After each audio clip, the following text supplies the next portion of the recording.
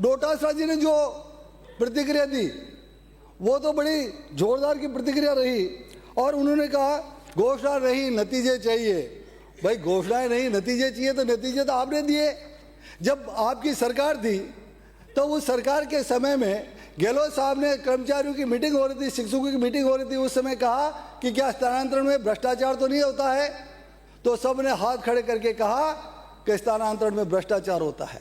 19 बार paper leak करने वाले शिक्षा मंत्री आज ये कह रहे हैं कि हमको नतीजे चाहिए। नतीजे तो आपने दिए।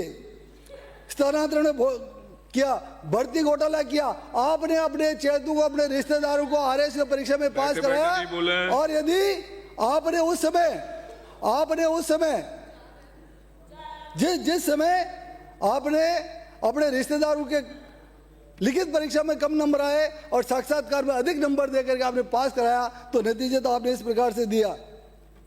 और एक हमारे पूर्व मुख्यमंत्री माननीय बैठे नहीं अशोक जी गहलोत साहब ने एक प्रतिक्रिया दी, वो प्रतिक्रिया तो जोरदार है।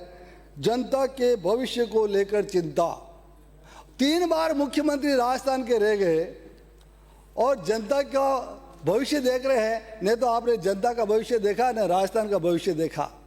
आपने अपने चेहते जितने भी मंत्रिमंडल के लोग थे, कोई पाइप खा गया वो जेल में, कोई आरपीएस का व्यक्ति वो चेयरमैन जेल में, और आप कह रहे हो हमको भविष्य की चिंता है।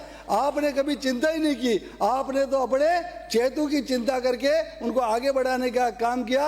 इसलिए गहलोत साहब आपके मुंह से कोई ये बात कहें कि मुझे इस प्रदेश की चिंता हो रही है तो ये अच्छा भी नहीं लगता है। आपने यदि प्रदेश की चिंता की होती तो जनता ने इतना मौका दिया। जब कोरोना के अंदर लोग जूझ रहे होते हैं उस समय आपकी सरकार घोटालों के अंदर मस्त रहती है और होटलों के अंदर बंद रह करके सरकार बचाने का काम करती है।